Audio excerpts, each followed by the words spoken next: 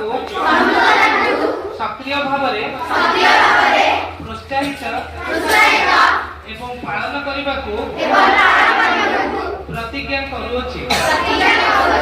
दैनंदिन जीवन में निज मातृभाषा व्यवहार करी मोर भाषा सह परिचित कराइबी। कहानी कविता एवं परंपरार आदान प्रदान माध्यम आम राज्य तथा राज्य बाहर ओडिया भाषा साहित्यर प्रसार एवं प्रचार सहयोग करिबी।